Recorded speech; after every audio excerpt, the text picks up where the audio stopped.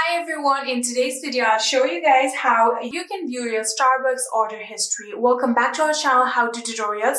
So let's dive right into it. So firstly, simply open your Starbucks application and make sure that you are logged into your account.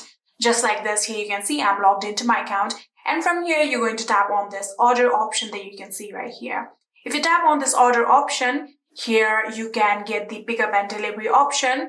And if you tap on this previous option right here, you can see there are no previous stores because I don't have any kind of history with this account.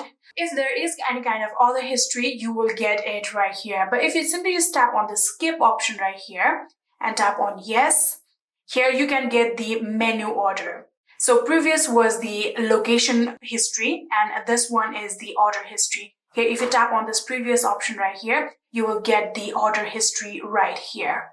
And yeah, that is it. This is how you can view your Starbucks order history. I hope this video was helpful to you guys. If it was, please do not forget to hit that subscribe button and like our video.